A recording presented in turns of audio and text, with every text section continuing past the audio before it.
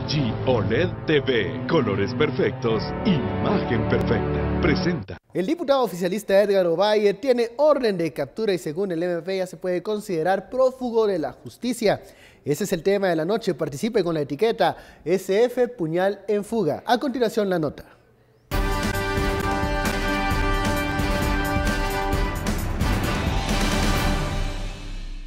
La orden de captura contra Ovalle es por su presunta participación en delitos de lesa humanidad y desaparición forzada, en el caso Creón Paz, en que otros 14 militares están procesados. Los hechos que se le atribuyen sucedieron entre 1981 y 1988, en la entonces zona militar número 21 de Cobán, Alta Verapaz, durante el conflicto armado, hoy conocida como Comando Regional de Operaciones de Misiones de Paz, Creón Paz. Este caso surge tras las declaraciones de varios testigos de un juicio por la masacre de Plan de Sánchez, Baja Verapaz, donde hubo condenas para 8 militares. En el cuartel militar que hoy es Creón Paz se practicaron más de 500 exhumaciones, entre ellas se identificaron a 90 menores de edad. El pasado miércoles 15 de marzo, por unanimidad, el Pleno de Magistrados de la Corte Suprema de Justicia decidió dar trámite al antejuicio contra Ovalle, según la recomendación de la jueza pesquisidora Berenicia Contreras. Esta situación fue larga por las diferentes acciones presentadas por su defensa, que tardó el retiro de la inmunidad y arraigo. LG OLED TV, colores perfectos, imagen perfecta, presentó. Bienvenidos a Sin Filtro. Gracias por seguir en sintonía de Guatevisión. Ya lo sabes, somos noticias.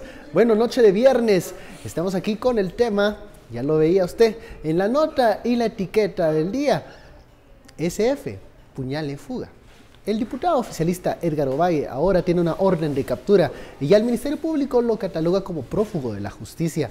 Un capítulo más en esta novela de FCN Nación y de eso hablaremos esta noche. Damos la bienvenida a nuestros analistas Fernando Espina y Andrea Toc. Muy buenas noches. Hola, buenas noches. Bueno, terminamos esta semana cargada de muchas noticias referentes al partido oficial. Hay que hacer un poco de memoria, ¿no? Se habló mucho del proceso de antejuicio del diputado Ovalle, luego la decisión de los magistrados de levantar la inmunidad parlamentaria. Nadie sabe ahora, en este momento, a ciencia cierta el paradero del diputado oficialista, pero poco se ha hablado de por qué ha perdido la inmunidad. Andrea, hoy este prófugo de la justicia, el diputado Ovalle, tiene que en algún momento rendir cuentas ante la justicia.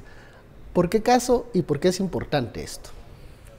A ver, yo creo que esto es el caso de Creón Paz, que es el que está ahorita en los juzgados y de hecho está amarrado, porque si nos recordamos en enero del año pasado, del 2016, el MP hizo las capturas tanto por el caso de Creón Paz como por el caso de la desaparición del niño Molina Thyssen, que ahorita hace una semana, 2 semanas, si no estoy mal, ya va avanzando ese juicio poco a poco, pero el de Creón Paz todavía va un poco más detenido. Este es un caso en la zona militar 21, en Cobán, donde estaba un regimiento militar que servía para controlar eso y donde la Fundación de Antropología Forense hace unos 5 años lograron entrar finalmente, porque ya la zona militar 21 pasó a ser Creón Paz. Digamos, durante la época del conflicto armado no se llamaba así, sino hasta después que se convirtió en un campo de entrenamiento para las misiones de paz. Y entonces que ya se abrió para que pudieran entrar los forenses a ver qué había ido. Desde los 80 había muchas denuncias de que habían pasado atrocidades en ese lugar, sin embargo, por ser una zona militar no se permitía el acceso.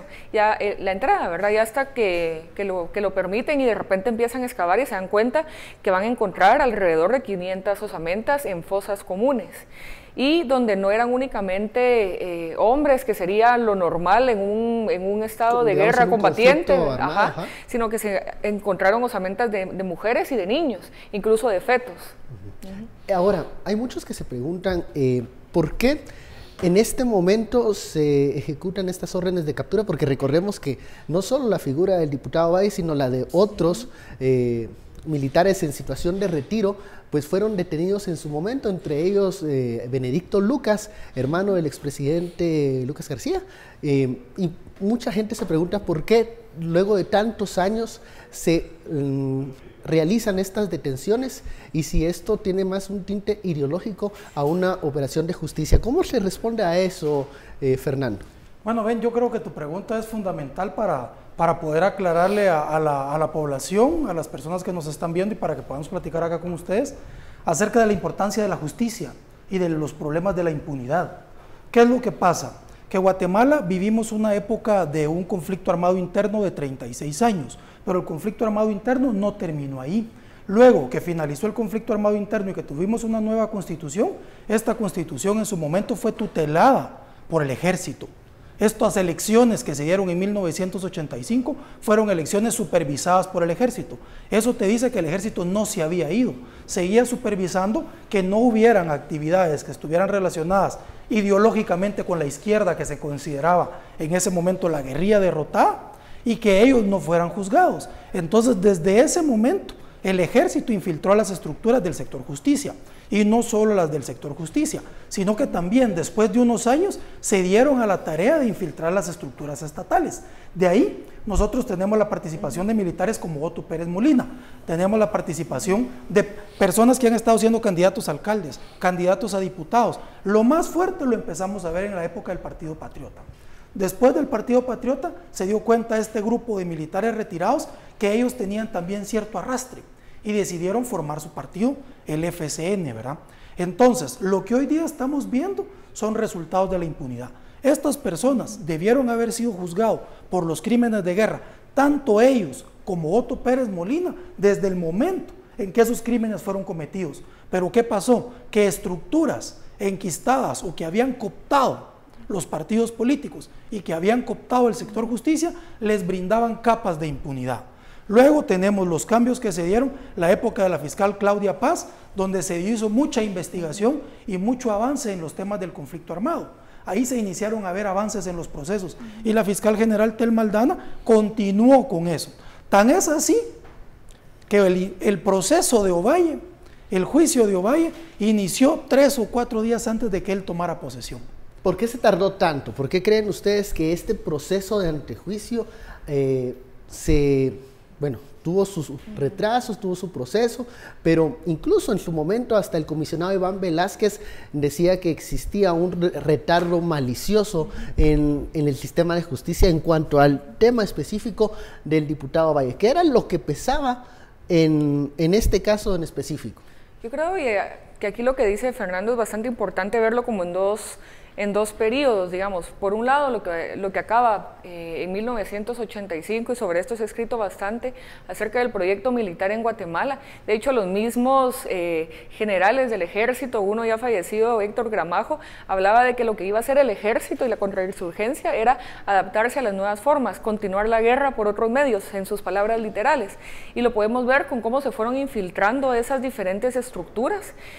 Una de esas era la línea que ya vimos, pero hubo otras, ¿verdad? También la cofradía, entre otras que ya sabemos por ahí, que se fueron infiltrando a partir de los años 90 y se fue construyendo pues ese clima de impunidad. Entonces estamos hablando de estas órdenes de captura que se vienen a girar hasta el 2016. O sea, eso estamos hablando más de casi 25 años después. Se gira la orden de captura en enero del 2016 y hasta ahorita la estamos viendo 1 año y medio después. O sea, si ya entendemos que las estructuras de justicia, las estructuras de los partidos políticos en Guatemala, a partir de 1985, se empiezan a reconfigurar, digamos, alrededor de estas figuras, ahí ya nos va dando más sentido, ¿verdad? Porque es que este tipo de antejuicios se tarda muchísimo tiempo en prosperar, ¿verdad? Algunos dicen que incluso la forma como fue anunciado, como fue tramitado el proceso de retiro de la inmunidad parlamentaria para el señor Ovalle, el diputado Edgar Ovalle, le daba la oportunidad para que él en este momento tomara alguna medida para evadir la justicia. ¿Crees que pasó eso? ¿Crees que se le advirtió con tiempo, con bastante anticipación al diputado Valle? Mire, ya ahí viene la justicia, ¿puede usted tomar algún camino, alguna alternativa para evadirla? ¿Crees que sucedió eso? Pues digamos que ya tenía más o menos 1 año y medio de alerta, ¿verdad? O sea, que yo creo que es posible de que lo pudo ir planificando y para tener las alarmas listas cuando supiera que eso iba a pasar. O sea, no es casualidad que él diga y presente su carta de ausencia al Congreso y que diga, bueno, tengo que atender asuntos privados, y eso es lo único, ¿verdad? Y por 1 mes, además, ahorita no sabemos qué pasó y digamos, ya sí podríamos sospechar de que hubo algo que lo hizo tomar esa decisión. Que lo ¿sabes? advirtió. Yo apuntaría a eso, creo que es importante reconocer. Miren, esto es clave.